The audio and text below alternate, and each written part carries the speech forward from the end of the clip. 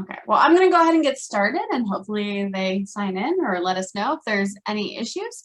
So this is concurrent session number 3C, Latino health and workforce, or sorry, I'm reading the title slides. So one of those days.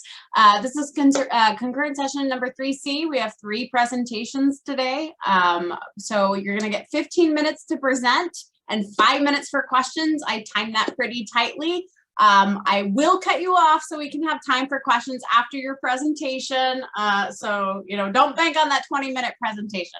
So, but I will pop into the chat, and Melinda's a co-host, so she can help me, but I'll pop in the chat when you have gone for 10 minutes, 15 minutes, and call off at the 20 minutes if I have to. So I'll go ahead and also introduce the presentations as they come up. It seems to help. So we're going to go ahead and start our first presentation. The title is Latino Health and Workforce Needs Assessment. The lead presenter is Melinda Grismer from Purdue University. So I'll turn it over to Melinda. Okay, thank you. Oh, I guess I should stop sharing my screen. Sorry. It's okay. I think it worked. All right, sweet. Can everybody see my screen yet or not yet? Yes, we can see it. It's not on presenter mode yet.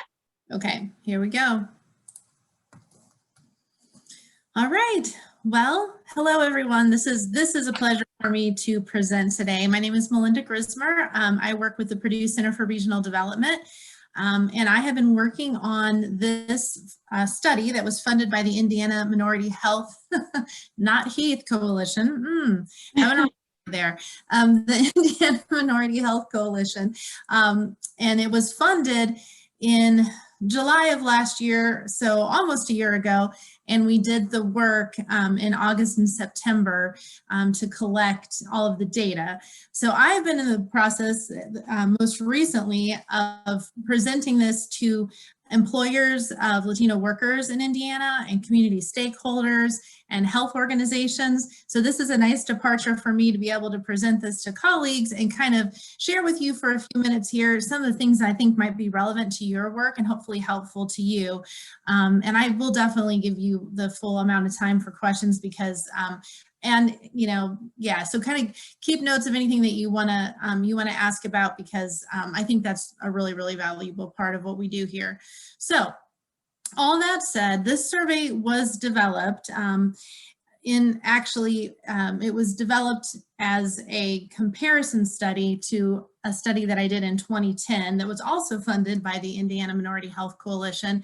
And they had asked me, because the 2020 census was coming out, to do a comparative study and see what had happened in the Latino community of this rural county where I spent most of my life raising my kids and working as an extension educator in Clinton County, Indiana, in the little town of Frankfort, which has become a minority-majority community. We've said, you know, like a flipped community over this time that I've been living there, really from 2000 now to 2020.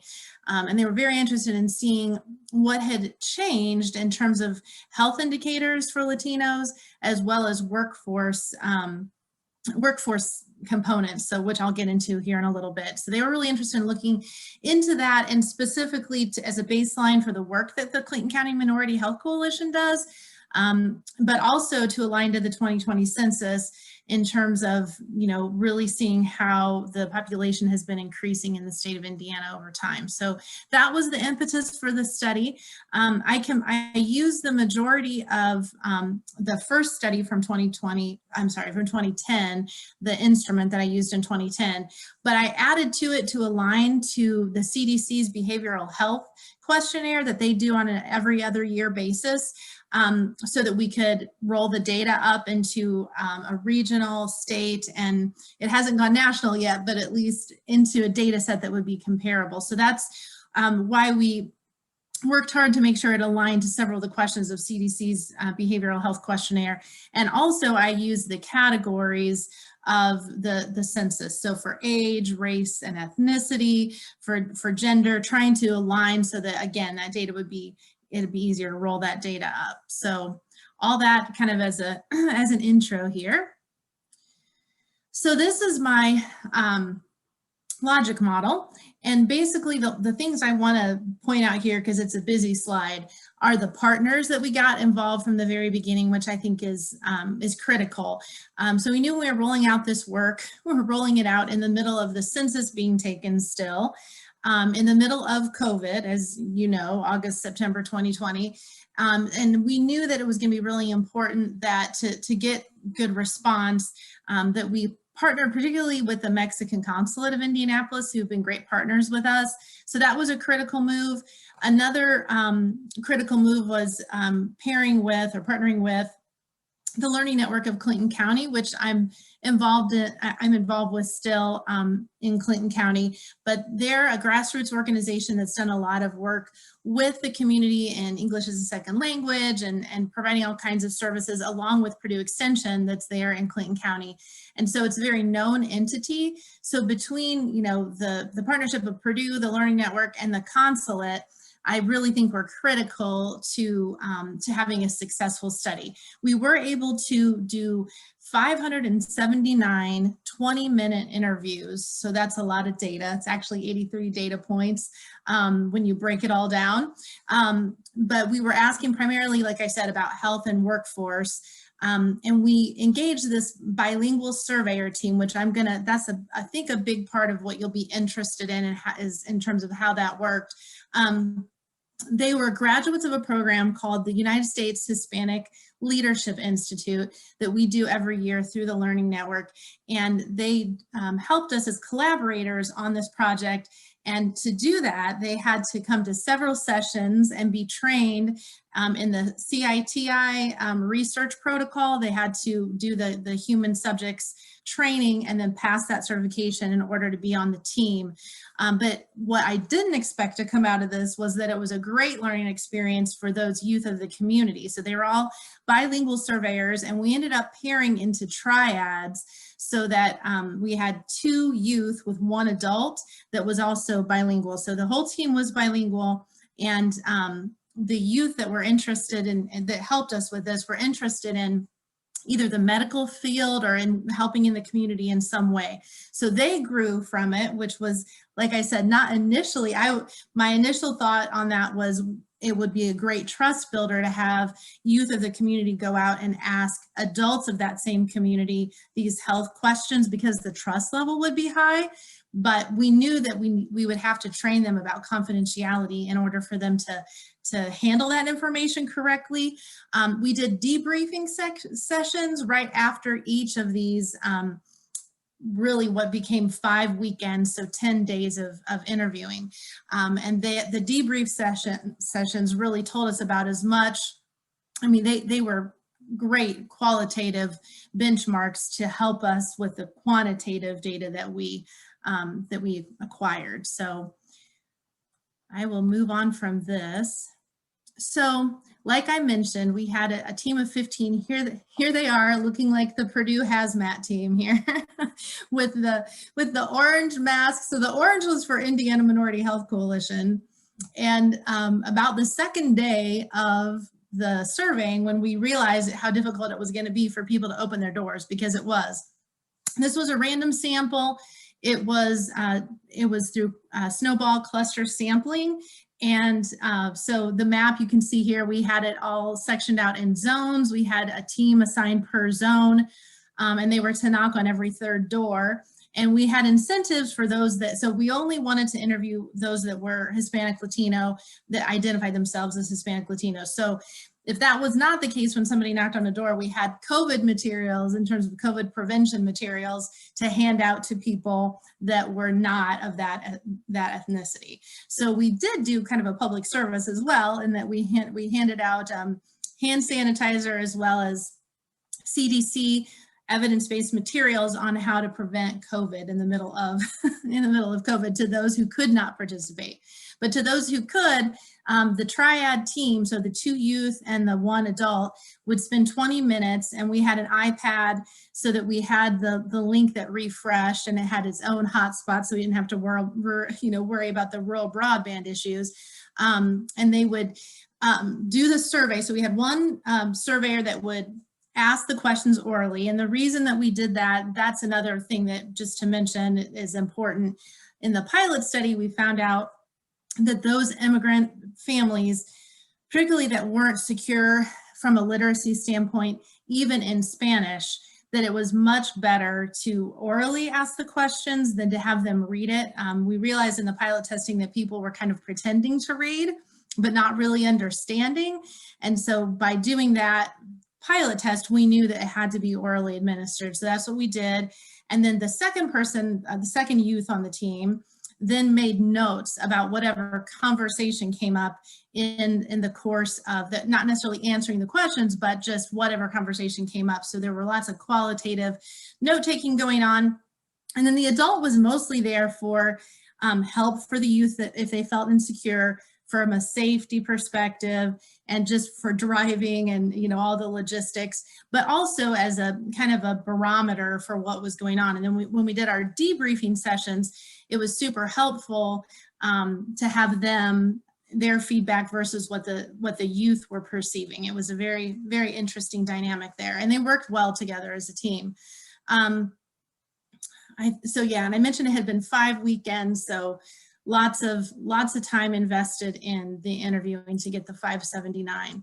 The other thing that we did that I think is critical to mention is that we had asked the local grocery stores for their participation in incentives. So Indiana Minority Health Coalition gave us a certain amount of money for incentives, and rather than going to the closest big box store, which in our case would be Walmart, we decided that this was an opportunity to start partnerships with the local small businesses that were hurting in the middle of COVID, to give them some windfall from this survey as well. So we spent, it was between $5,000 and $10,000 of the study in incentives. So that was a great partnership. It ended up playing out for the long haul, not just for this study.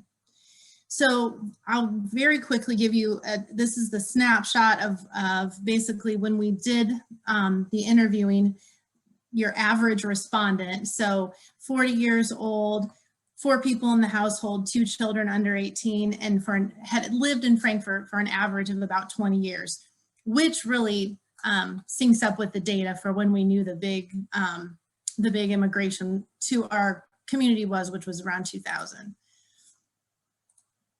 I'm not going to show much in terms of the results, but I will say that the findings were analyzed in Excel and in SPSS, and we're currently using the interviews and the qualitative data and running them through in vivo at the moment. So I think we'll get some more richness from the data than we currently have, even what I'm showing you. But I did want to share a couple of the findings because it's really interesting to the whole COVID situation and the vaccinations that we're into right now. Like I said, 83 data points, so I kind of had to pick one that I could share with you, but you could ask me about any of the others as well. What we found was that only 4% of those that we asked had children that were not vaccinated, which means it's almost like a 96% adoption rate on vaccination of children. And we believe that's because there's a great system for that. The schools mandate it, there's a free local clinic, there's a system set up to make that happen. But then when you look at adults, so the adults were answering the questions for their household, but adults said that only very few of them, so 58% of respondents had not received a flu shot in the past 12 months. So what we found is that very few of the population that we interviewed had a flu shot. And if you can consider the COVID vaccination akin to a flu shot, which, you know, may or may not pan out, you definitely see that there's not, from an adult standpoint, they don't consider vaccinations as important for them as they do for their children. And so there's a real barrier there, and something that we've been working on kind of immediately because of the results of this. We knew that that was going to be an issue. There's obviously several other issues that came up, but like I said, I wanted to pick one data point that I found interesting and that we've been working on doing some publishing around. On that same theme, this is what in the middle of COVID people said that about 46% of them were affected economically, 47% psychologically, and 52% emotionally. That's not a surprise at all. But it is interesting just at the timing that this happened. And I think that the vaccination information that we discovered has helped us, I would say, in Clinton County right now, as we're working on vaccine hesitancy and everything to help people kind of over that hump a little bit. A couple other things we found were really interesting. Just the high percent of immigrants that we had that were born in Mexico. So about 81% of the local residents were born in Mexico, 12% in other countries. And another important data point that I've been talking to industries about is that 60% have less than a high school education. So we have, one thing I'm very interested in is literacy equity, if you didn't know that was a thing. And just the idea that so many of our states consider, I mean, to the point where they even think of English as they call it, English as, rather than the first language, it's considered, it's prioritized that all of the instruction should be done in English rather than in Spanish, and not understanding from a second language acquisition standpoint that if you empower people in their first language, if they have a low education, it helps them to gain literacy in their second language. So we're trying to work that angle so that a lot of the industries realize you have, especially in an era where workforce is a real issue, there's a possibility here of really increasing your workforce if you can offer the education and the training in another language. So we're talking about that a lot, especially with workforce participation numbers where they're at. Susan, where am I at in terms of time? You are right at 15 minutes. That's what I was afraid of. Okay. A couple, and I can definitely share this slide deck, but what we found out about language was that really it aligned perfectly to who answered the survey. So 80% of the people, we had 80% of the people that answered in Spanish. They had a choice. They could take it in Spanish or English, and they took it in Spanish, which aligns perfectly to this data, which is that only 20% feel comfortable in English, either, writing, reading, speaking, any of that. So that was very telling. And it's another point we've been using with industries in terms of trying to bring English as a second language to them. And there are several other work-related social determinants that are particularly important key findings from this effort. And I will definitely share these out so you can look at them. I'm glad that I did highlight the vaccination part, because I think that really has been one of that and the vision findings have been the two that we've been able to follow up on as a community. And the idea that we used, which was community participatory research and showing the data to them.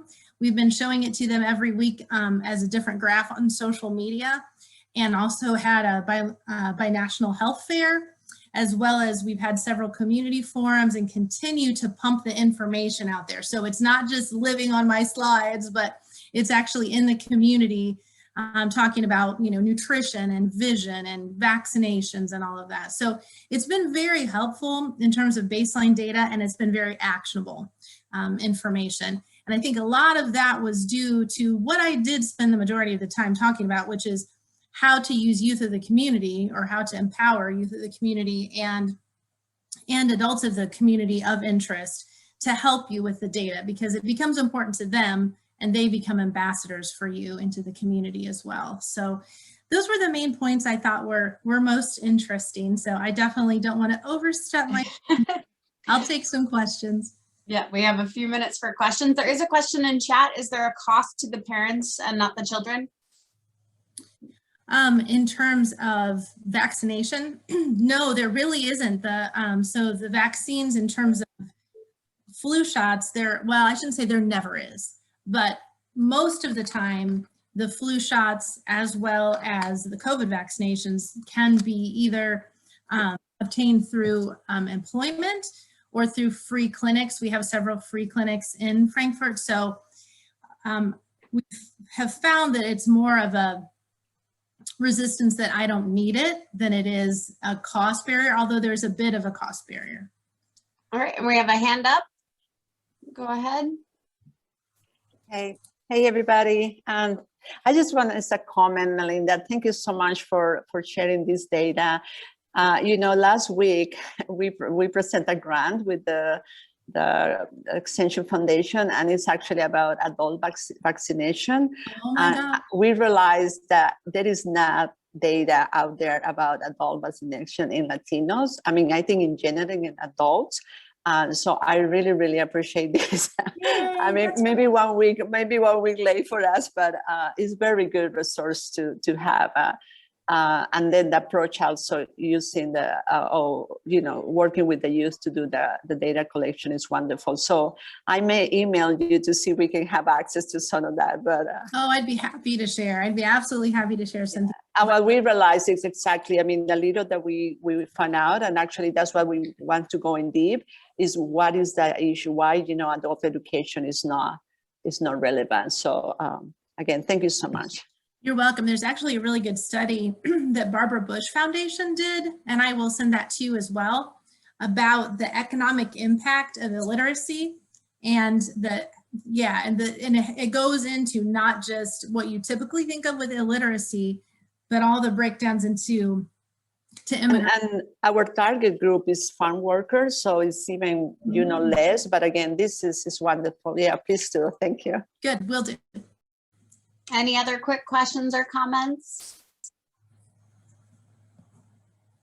And Melinda, you can pop your email into the chat too. It might be easier. Okay, will do. You don't have to, but some people use chat for that. All right, we're going to move on to the next presentation. The next presentation is assessing the impacts of COVID on Latino-owned firms. And the lead presenter is Jennifer Hawkins of the University of Minnesota. So go ahead, Jennifer, when you're ready. We can see your presentation, so that's good. Good. Hello, everyone. Good afternoon. I am joined by my colleague, Bridget Tuck, Senior Economic Impact Analyst with the University of Minnesota Extension, and Rodolfo Gutierrez with our partner, Hassa. He's the Executive Director of Hassa. And I just have to say, one of the benefits of having a virtual conference is we can have Rodolfo join us for this presentation. So I'm really excited about that. And I myself am an economic development educator for our southeast region of Minnesota with the University of Minnesota Extension. So for the next 20 minutes or so, we're going to talk about an applied research project that we did together, talk a little bit about the structure of that project, and share some of the insights we learned through the process. So with that, I will just say a few words about our collaboration, but do want to invite Rodolfo to say a few words about Hassa as an organization in Minnesota who does applied research. So Rodolfo, if you want to unmute and say a few words about your organization and what your mission is and that sort of thing, that would be wonderful. Sure. Hello, everyone. Can you hear me okay? Mm-hmm. Okay. Hello, Jennifer, and thank you for having me here. Yes, it's a very good thing that via Zoom we can get all together from wherever we are. I'm from Chicago right now, so hello, everyone. And yes, Hassa is a small nonprofit that it was created in 1988 as a program from another organization that it is Clueless in Minnesota. The intention was to create information that could be useful and used by Latino communities in Minnesota, in the state, in order to advocate for themselves and create new programs, new plans, and new ways to consolidate themselves into their territory. In 1997, we became a nonprofit officially, and we generated a lot of studies from there. And many of the University of as today, never as good as it's been working with Jennifer and the team, the extension, because this is a pleasure. But we are up there in our website, hassa-mn.org, for you to consult our work as well. Thank you, Jennifer. Thank you so much, Rodolfo, for sharing a little bit more about Hassa. So we came together early last, well, the middle of last year. I think it was May, June, and it came about because of a shared interest and complementary missions in pursuing applied research for public benefit. Hassa had actually drafted a research project, and through a mutual colleague, we were connected with them and this project. And so we were really excited to have an opportunity to explore a collaboration, and found that we brought complementary skills and abilities to the project. And so we did go ahead and pursue this. We had a team of 7 people, 3 from Hassa and 4 from the University of Minnesota, that were involved in executing the project. One of those was Neil Inscheid. He was not able to join us today, and Jocelyn Hernandez Swanson, also from Extension, were not able to join us today. They sent their regrets. They had conflicts, but it was a great collaboration, and we are pleased to be able to share the study here today. So just a little bit about the scope and the goals of the project. So the goals initially were to identify the number of Latino firms impacted by COVID-19, to calculate the economic loss for firms, as well as the ripples beyond the individual firms into the broader community, and estimate the changes in employment in these firms. From a scope standpoint, we were looking at 17 greater Minnesota counties with high concentrations of Latinos, as well as the Twin Cities. And we were looking at all industries. So we were just kind of had a broad scope in terms of the industry focus for this project. So this is our methodology. We started off by designing a survey with Hassa. So we had some really good conversations about the survey design, taking into account some other surveys that were out there, and including some surveys that I think we talked about in a prior presentation in terms of the Census Business Pulse and some of those that, so we were able to compare with some other data sets in the long run. So we designed the survey and offered it in both English and Spanish. We assembled lists of Latino-owned firms, primarily from Reference USA, but also from the Latino Chamber of Commerce. We had about 250 businesses on the list. 142 of those were in the Twin Cities Metro, and 112 were in those greater Minnesota counties that we mentioned. And then we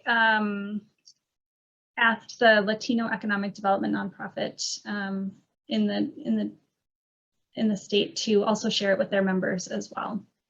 We ended up using Qualtrics to deploy the survey. Went out directly to those lists that we had access to.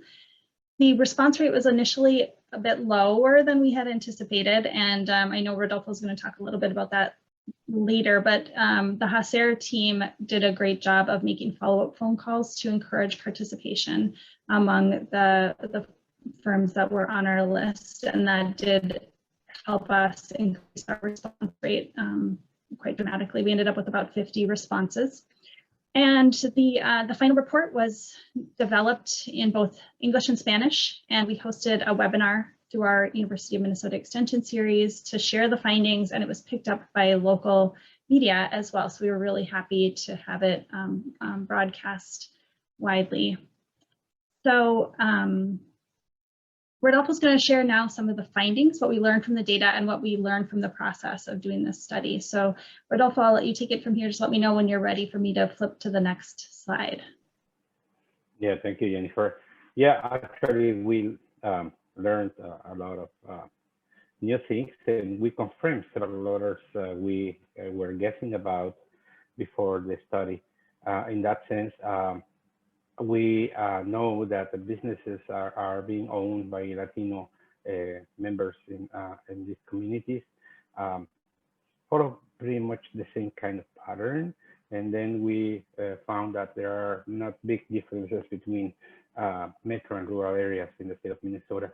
In that sense also, they were sharing, so to speak, the same kind of problems while the crisis was going on.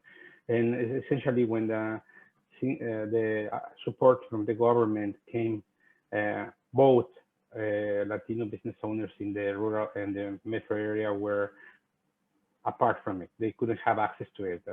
So we also see this disparate access to programs for Latino-owned business in the state. It is kind of the constant, regardless if they are in the rural or the metro area as well.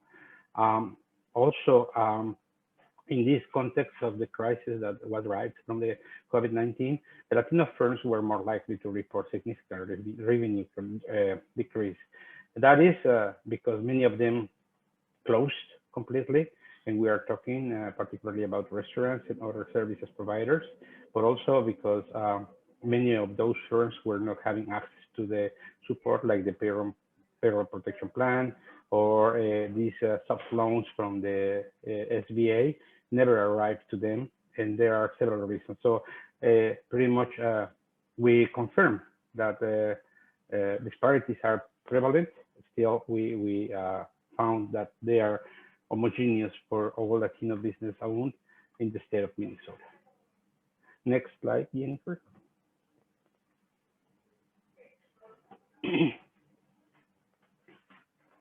So it's important to mention that, as in the previous presentation was also told, there is not much information about what is the immediate kind of effect of crisis over Latino business owned, but also there are no much kind of instruments developed to really tell us the stories.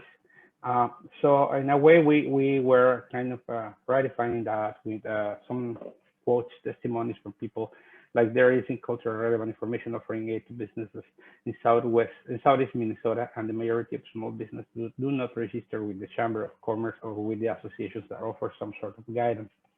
And this is because there are several businesses that are just being created without kind of support, without this idea of, well, there is a plan. For many of them, there is no plan. There is just money to start the business. And that means we are going to work and learn while we are growing or not, or whatever is going to happen. And also, there are some limitations, like the second quote: we are not familiar with the internet and online applications. They are very difficult since English is not our native language, and the volunteers who help us are too few for the needs. So, and the pie here shows us a little bit of what we found in terms of what is the level of difficulty in accessing support. You'll see here is somewhat very difficult, and moderate difficulty is pretty much prevalent for most of the population who is business owned on the Latino communities.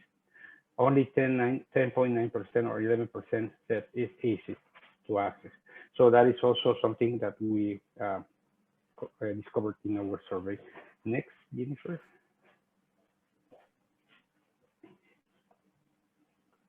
So also, Jennifer was telling us about the low rate response. So I guess so many people were being surveyed. We found even not less last week that a person said, I already answered to over 100 questionnaires during the crisis. So everybody want to know what is going on. Everybody's asking. So many of them are really fatigued about answering more questionnaires. It is overwhelming, and sometimes they are saying there is no time for me. Also, we need to consider many different kind of design surveys elements, like make it more directional versus percentage changes. And I guess that is also something important. The Chamber of Commerce has a very large membership. We need to consider a little bit more kind of interact with them and make it more directional kind of sense in the survey. And also, we find that it's really important to compare state and national data because that is going to be really useful. And we are doing that in a way, but still we need to find this kind of matching in the designing of the study. Next, Jennifer. Thank you, Rodolfo. I think Bridget will now talk a little bit about the economic impact work that we did after we did our data collection and kind of some of the nuances related to that portion of the study. Sure. Thanks, Jennifer. Yeah, so once we had data from the businesses about, how their revenues changed with COVID-19, what we did was try to calculate economic impact. And we were able to do that. We came up with a number, but I just wanted to kind of point out, and I think Rodolfo, you kind of said this a little bit in your last slide, that there are really tensions and trade-offs with economic impact and doing survey work. And a lot of it comes into the period of accuracy, right? So the more in-depth data you can collect, the more accurate your results are. So if I were doing this with an individual business, oftentimes I will actually sort of get their accounting records, right? And I can be very, very accurate on what their expenditures were and where they went. And so that makes the plan and the economic impact modeling much more accurate. But when you're doing something like this, where you're surveying people that maybe you don't have a direct relationship with, they maybe don't see necessarily what value there will be from doing the study directly, when they're filling it out, they often understand later how important this was.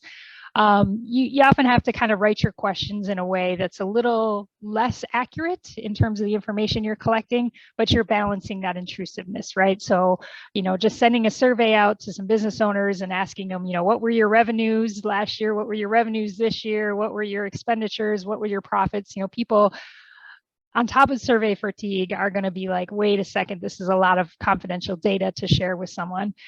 So what we did was we did use those percentage changes to just kind of get a sense of, was business up, was business down? Normally, one of the kind of the workarounds with that would be to ask employment, because our models tie employment to revenue or our output. But with the paycheck, the PPP program, people weren't necessarily laying off people in the same ratio as their revenues were changing. Now, we know in retrospect that not as many Latino businesses got that program as really should have, but we didn't know that going in. So we really couldn't just ask, how did your employment change, and then make assumptions about changes in revenues or expenditures from that. We really had to have those direct changes in revenues ourselves for our data. So it's just something to think about as you're designing survey questions. There's just always this tension between getting more data, be more accurate, versus people actually being willing to fill it out and provide that information to you. And then the other thing that we do too is we rely on industry averages, and it's just sometimes worth noting which industry you're working with and how much that business that you're talking about is reflective of your industry. If you are going to use an industry average in terms of what employment or output looks like, that isn't often perfect either. So just some thoughts. So we're at 15 minutes. So if you guys want to wrap it up for questions. Okay. Sure, I'll hand it back to Jennifer. Okay, that sounds great. Yeah, and this is our last slide. We just we're reflecting on some of the outcomes from the project. And I know, Rodolfo, maybe you want to say a few words about how you're seeing the information being used, or maybe prompting some additional actions on the part of government and nonprofits to support Latino-owned firms. Certainly, just very quickly, yeah, our report even is being taken into consideration by the Department of Employment and Economic Development at the state. They are creating a new and direct plan for creating loans and support to Latino businesses owned. And also our report has created a lot of attention, being interviewed by Associated Press and well, you name it, different media that never approached us there in the past. Now they are calling us. That means this is a very important work we've done with the extension, and has to be followed up. So yeah, thank you. Yeah, and then I'll just add that we are, we were able to establish this relationship, and it's leading to some additional research collaboration. So we're exploring some additional topics to dive into. So it's just been a great journey, I think, to get to work together. So with that, that's the end of the presentation. And if there are any questions, I didn't look at the chat, but I'll look at that now. And then there's a link, a shortened link, if you want to see read the study, read the report. There's a link to that right there. There are no questions in chat as of yet. Does anybody have questions or comments on the presentation?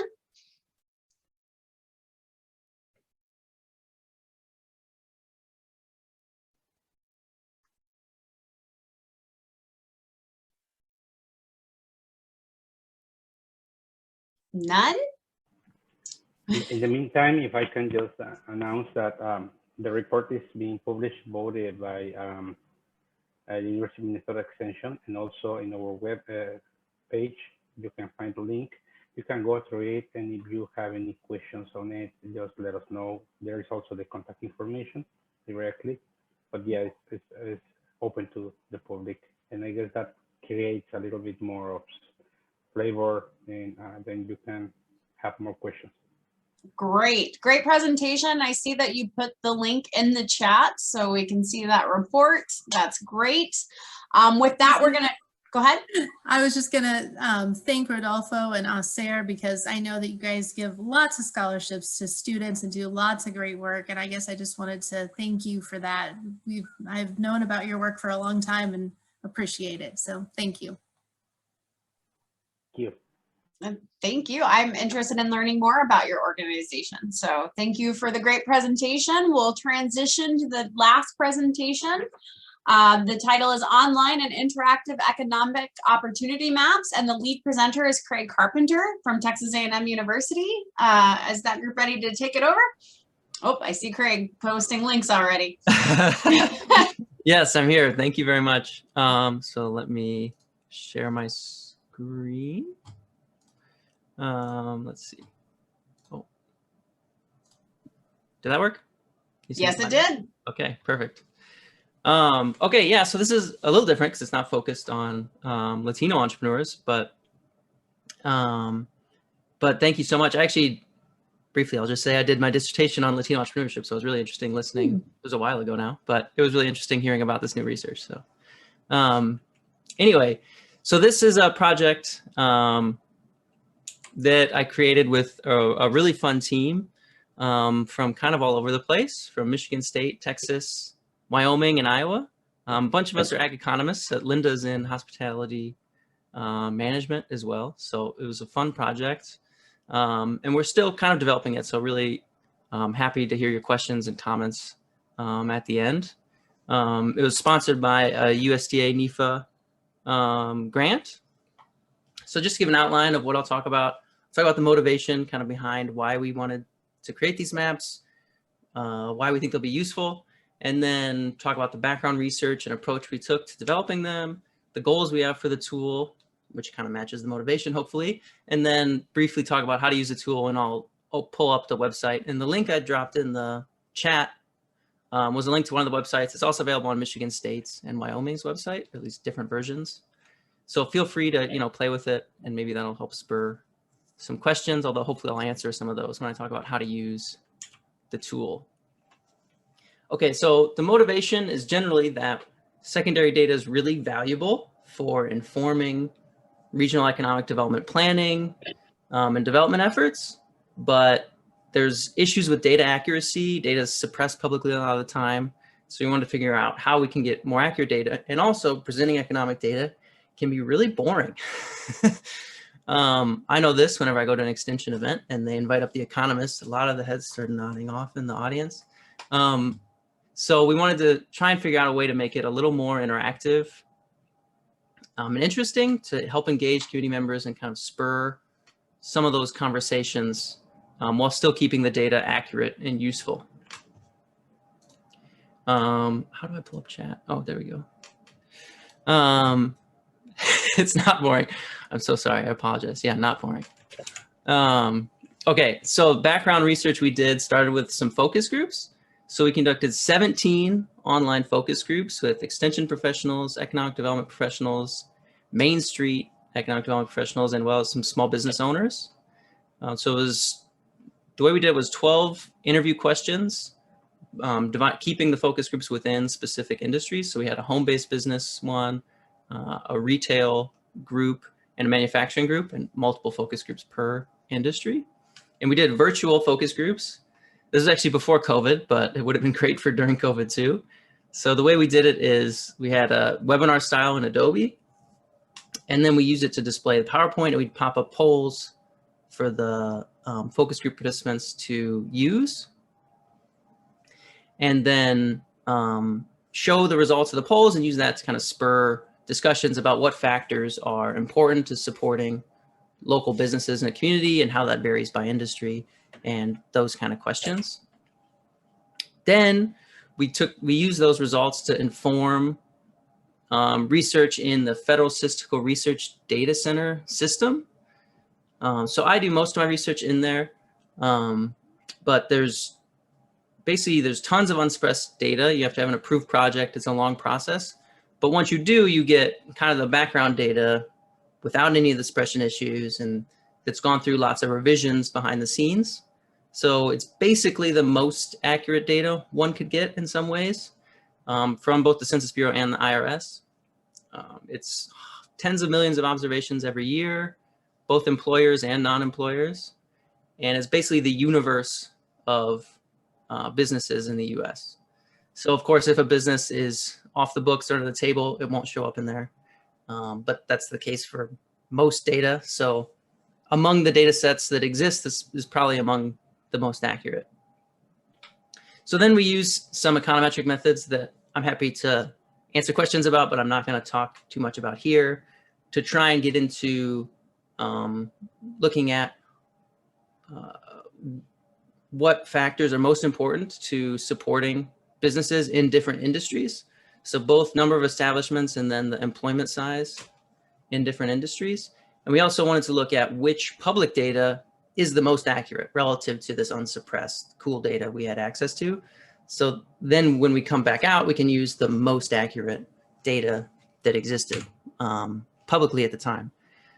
So we have approximately 10 million papers.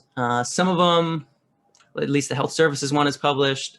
Some are being submitted. So it's led to a lot of cool research on kind of industry specific local factors. And then also looking at which data is the most accurate, some publications on that as well. So the goal of this tool is to serve as like a starting point for communities to help spur discussions of what factors are most important to local businesses and then what economic opportunities might exist based on those factors in a community. And it could be specific to an industry, or it could be specific to one of those factors and trying to change that to attract more businesses or help prevent loss of a current business or help a business expand. Those kind of questions. So yeah, here are 3 links. The first one I think is the one I dropped into chat, but any of them would work.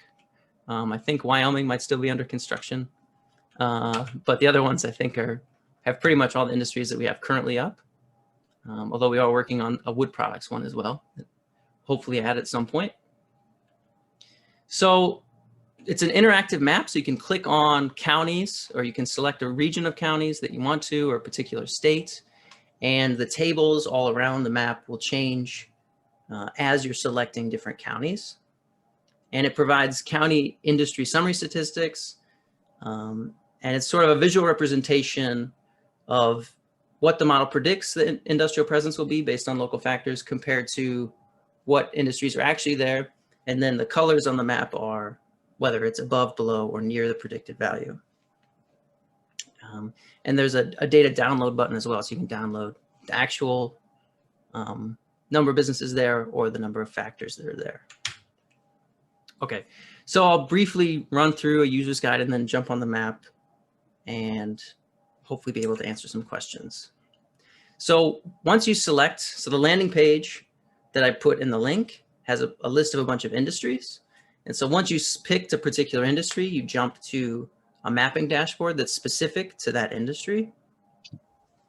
So the map is the main tool you use to explore the economic opportunities in the industry that you select.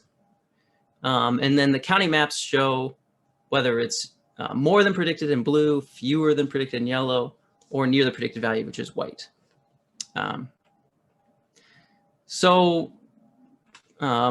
What does that mean? Well, if it's above predicted, it could suggest the industry is exceeding and doing well. Could be that it's acting as a regional hub. Could be that it's overdeveloped and at risk of shrinking. But the idea is to kind of help spur those discussions and thinking among community members. And it can also help to engage industry leaders in the area in those discussions to help answer some of those questions and talk about, in a business retention expansion perspective, for example, what factors are important to them and how the community can support local entrepreneurs.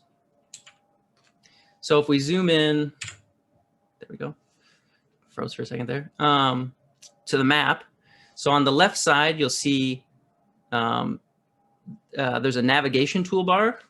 And so for that, you can search for a particular county, you can zoom in and out, or you can return to the whole US view. There's this alternative selection tool that will pop out with these different tools. So you can select, a particular area. So for example, this is a part of Kentucky that's in Appalachia and has lots of different economic development questions than the rest of Kentucky.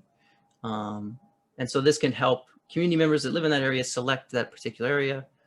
And then, like I said, the rest of the map will adjust based on that, and the tables will adjust based on that. So there's also the legend. So legend doesn't only remind you of what those colors mean, it also lets you select a particular state or deselect states, and it'll jump. So here we selected Michigan, and you see it deselected all the other states and jump to Michigan. So if you uncheck all, it'll uncheck all the states, and then you can select the particular state that you want. There's also this county dashboard. So this is based on Michigan. So you could scroll down and look at all the other Michigan ones. So it has some data of industry support measures. So these industry support measures change for each industry you click on based on the factors that we found to be, that our models found to be most significantly important for a particular industry. So in this case, I forget what we're looking at, hardware stores. It was county population, the social capital index, the percent of residents working out of the county, and then local property taxes had the largest influence. And so it gives the particular value for each county. And it's also colored from light green to dark green, depending on whether the value is good, which means increases, or decreases the number of establishments in that industry. So for example, over here, percent working out of the county, less working out is better. You'll have more establishments, so it's darker green. And so this is part of the legend as well, but it's located underneath. And it, again, will vary depending on the industry and the industry support measures that we found to be most significant. Finally, there's a rurality table that compares within ruralities. So of course, comparing rural to urban counties doesn't make a ton of sense. So if you select a rural county, this table will change and compare within those rural counties that you've selected and show you some averages across those rural counties. So a particular county, community members can compare themselves to something that makes a little bit more sense, hopefully. And then bottom right, as I mentioned earlier, there's a button to help download that data. As you're scrolling around the map, it'll also pop up and tell you the data for a particular county, but you could download a subset or the entire US data if you want.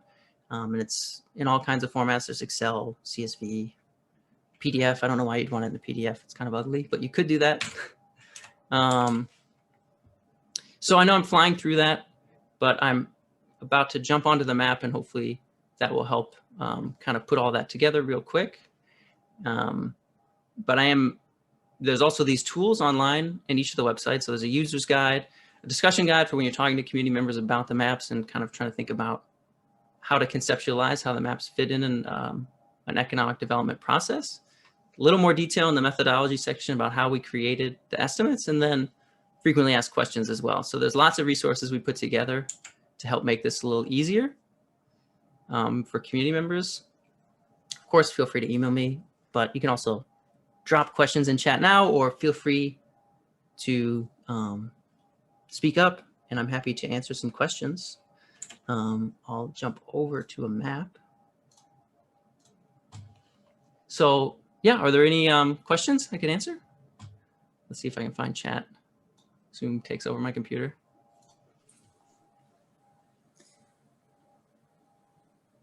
I have 2 questions. Please, go ahead. Okay, the first question is, you said the number of businesses, like when you click on one of these counties, you get a number of businesses versus predicted versus actual. For that actual number, is that like include the suppressed and the like home-based businesses that maybe we don't always have access to in other sources? Yeah, so behind the scenes, it's using whole data. It's the Upjohn Institute's kind of county business patterns fill-in. So it's employer establishments. Okay. But it's, yeah, includes suppressed numbers. So every county should have a number of establishments. Okay. And then my second question was kind of more around the extension programming piece of this, because Sure. like this is really cool. Like, and I could see communities really having fun with this and getting into it. But I see you have a discussion guide that kind of puts together some questions. But just wondering if you guys are thinking about how do you develop this into an actual extension program where there might be a little bit more detail about how you do this or how you lead the community conversation. Yeah, Really? so discussion guide does have some of that, like you said. So I would suggest folks to look at that and kind of think about how to integrate it, or, you know, it can be kind of just a way to spur, and then you can get into more details about a specific industry or whatever might be more important to a particular community, right? There's needs vary. Maybe, for example, you want to talk about Latino entrepreneurship after this in a community economic development workshop or something like that. But so I'm open to suggestions, of course. I know the Michigan State has a FIT program for tourism, and they're thinking about how to integrate it into their program to help community members kind of think about what businesses are in their local area and what factors are important, and how people perceive their local community. And then we've used it in our extension programs as a way to kind of kick off some discussions, because, you know, community members can come in with a laptop or an iPad or something and kind of play with it while you're talking about the data. Does that kind of answer your question? I'm not sure I answered it. Yes, absolutely. Thank you. Okay, cool. And I can add, in Wyoming, Anders Van Sant, who was part of this project, he and I are working on figuring out how to make that work as an extension program in Wyoming and present the information to community decision makers to help them think through these things and recognize how they can use the maps and what questions they should be asking and the types of processes that they should be doing. But we're just in the beginning stages of figuring that out. Awesome. Yeah. Yeah, thank you. Other questions, or maybe we could open it up to all the presenters too, if anyone has any questions for any of the presenters, if that's depending on what folks want. Yeah, I was thinking the same thing since we have some extra time. Yeah, perfect. Same idea. We all flew through them, so hopefully, yeah, we can answer some questions for anybody. I had some questions, Craig, about your like the social capital index and some of the data points. Like, how many of those are indexed versus, like, the social capital one in particular? Is that indexed to like national averages, or how did that work? And then the predicted number, maybe I missed it. How you landed on that? Was it you did a location quotient calculation, or like how are you getting at predicted? Sure. Yeah. So the social capital index is the Rupasinga and Getz social capital index. So yeah, it's a national social capital index that does have pieces that you could pull out for a particular county. We don't have that as part of the maps, but you could do that when going to a community to talk about it. And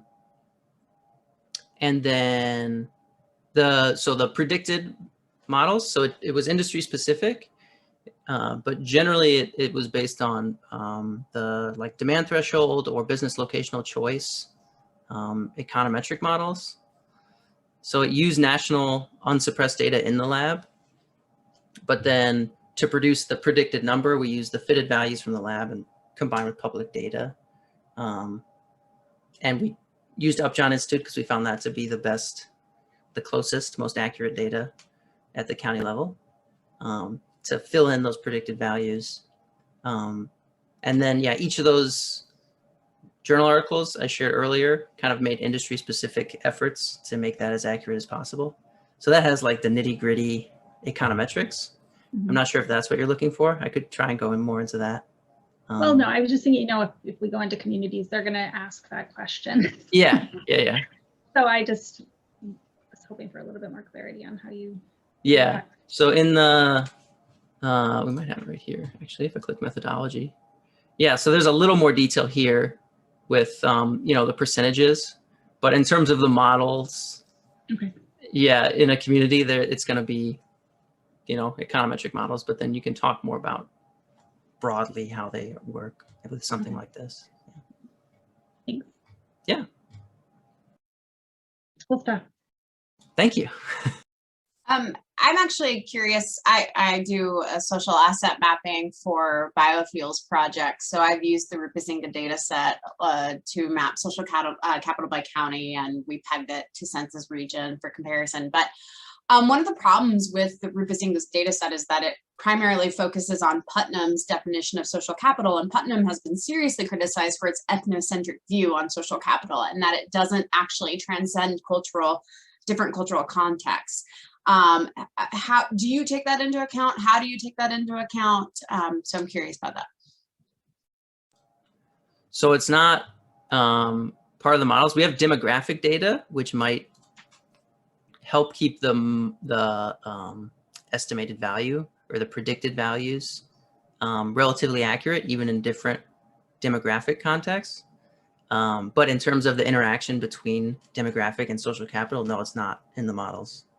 So, but that's a great, part. Like I mentioned earlier, this could spur a conversation, and then we could jump to Latino entrepreneurship, like the other presenters have spoken about, depending on, or some other type of entrepreneurship, depending on the needs of a community or the local context. Yeah. But yeah, I mean, it's a good point. It's not anytime there's a social capital in a model, it's not perfect, to say the least. But it does, again, help spur those conversations because you can break out the pieces and talk about the community specific level in the pieces of that index. Okay. But yeah, that's a good question. Thank you.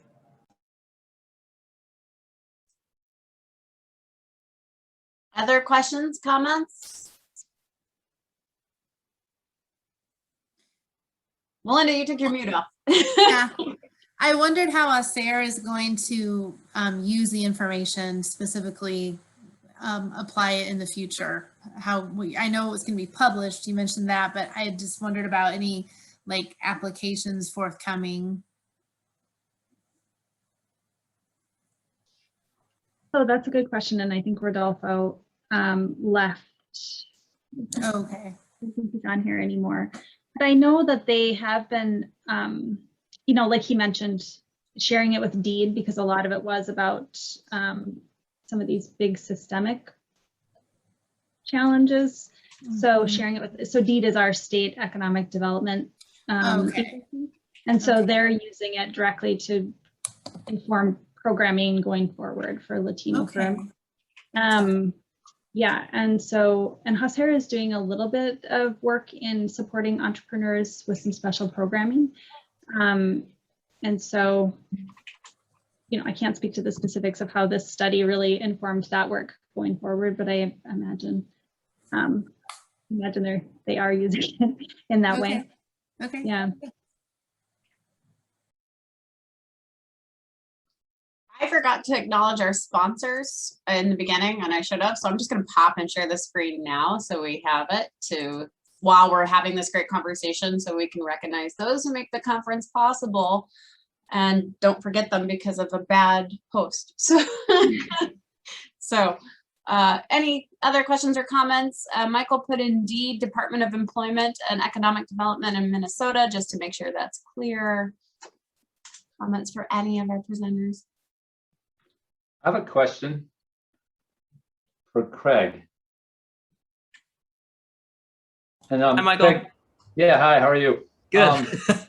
So last week Jennifer and I were teaching in a class in this cohort we call Leading Economic Transformation, and Neil Lynchide was talking about something that's going on out in the West, in the Western region with the all sectors something ASAP, and Jennifer could put it in the chat if she could remember, but it's basically, it used to be called the Community Business Matching Program a decade ago, and it's been presented on at NACDEP, years ago. But, you talk about EOM as a starting point for imagining and looking at changes.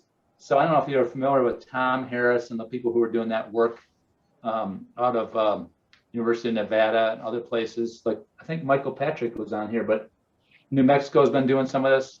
So trying to match up community resident, people who live in a county, with what they want, what their values are, and with respect to the kinds of businesses to attract or to grow from entrepreneurship. So any thoughts on kind of that for the use of your tool for that type of usage? So it's a great question. Thank you. So I am familiar with the county business matching or community business matching model, I should say. But I don't know what the new model is. So could be that what I'm about to say is completely irrelevant and they've changed it in their new model. But I am familiar, with them. Tom Harris has been nice enough to give us some feedback on a couple of our papers at other conferences that kind of fed into these models. The community business matching combines information on location quotients, shift share analysis, input output, to kind of match up with community preference. So the way that would have to happen in this would be you just talk generally about, what industries are they most interested in? Because there's more industries than a community could look at effectively, really, in one meeting. I'm not sure how many we have, maybe like 30 or 20. So just part of it can be, I'm interested in hardware stores, or we have this particular manufacturing that we're interested in supporting because we already have kind of a spurring of that sector within manufacturing. But there's no way to kind of plug preferences directly into the model. But definitely that should be part of the conversation because you have to pick the industry. So don't just pick a random industry, right, when you're discussing with the community. And it could also be that you start off saying, here's a pie graph of the different industries in manufacturing or something. Let's look at the big one or the small one or something like that. Does that kind of answer your question? Yeah, I mean, I think the CBM and the ASAP are largely the same thing. It's just evolved over time. So, okay. But they do surveys of people who live there, and then they kind of get input and information about the businesses that are already there, and then they thinking about gaps. So, okay, cool. Yeah, I'll look at the ASAP. I haven't seen this, but it looks cool. Thanks. Yeah, thank you. We have a hand raised. Hey again, I just wonder for those of you that had worked with Latinos groups, what would be one of those top strategies that you would recommend for engaging with Latinos? I just taking the opportunity again to learn. I'm Latina. I know, and I do Latino programming, but I always love to learn from other people's experience about targeting new audiences or engaging with new audiences. So Cynthia, is your question specifically new What ideas is engaging? What are some specific strategies or things that you can do to engage with Latino audiences according to what you had learned in your work? The new one that I learned was the one I shared, which was, using youth, working with youth of the community, empowering them to become basically both collectors of data and agents of change at the same time. That's probably the newest one that I've been involved with. There might be others that have other ideas. I think for the work that we did, I know the Hassa team had relationships with a lot of the businesses. They knew the businesses that were on the list, and so they were able to leverage those relationships, I guess. And it wasn't a cold call to follow up necessarily with a lot of those. So I think that was something that was a helpful insight, I think, in terms of engaging with that community, was the relationships that were already established. Really did help drive the increase in the response rate, I think. And then all of our communications were in both English and Spanish, all of them. Everything we did was in English and Spanish. So I don't know that that's groundbreaking, but, but it worked well, I think. Yeah, if other people have engaged with Latino communities too, I mean, even if you weren't a presenter, I'd be curious to know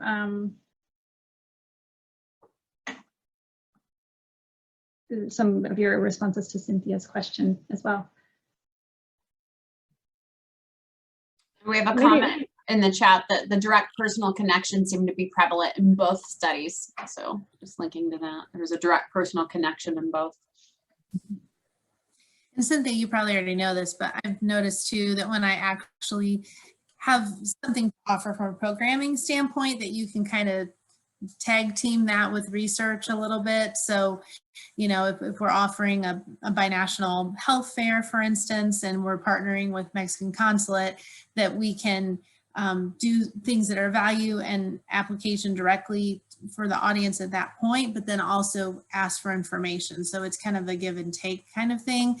And yeah, so there's something always in it for, and I know you know this, but just something that's always in it for the community that's being researched as well. I just feel really passionate about that they get something out of it as well, and not just, because I've seen it happen so many times where even, you know, in our community where someone from a neighboring university will come in and want to do surveys or work with a community of interest, in this case, Latino audiences, they never hear from them again. So I feel pretty passionate that if you're going to local community, that they need to know the results of that work. They need to get some benefit out of that work, and they need to help you figure out how that work, that research should be actually conducted as well. So yeah, I don't know. I appreciate it because from, I'm sorry. Oh, no, I was just going to follow up on Melinda, not necessarily with Latino groups. We work a lot with Native American tribes here in Minnesota as well. And a similar thing we hear from them, like, if you just keep coming here wanting something from us, goodbye. But if this is going to be a true collaboration and partnership, then we're in. But that one-way street, they've had that enough times that they don't want to do that anymore. Thank you. The thing that I wanted to add is how I think we know it's not about what race or language, if you have accent or not, you have, you know, is building and sustaining that relationships. Because when we start a new program in a new community, we had to start from zero, even though I will speak Spanish, but it's a start from zero.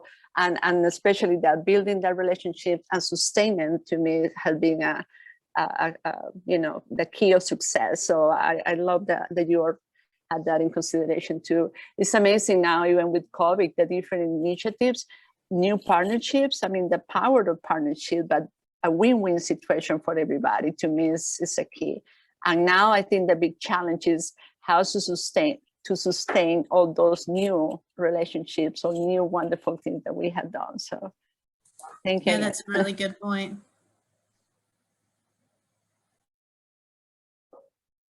All right, well, it is officially 11 and the end of the session. Thank you everybody for the great presentations and the excellent comments and questions.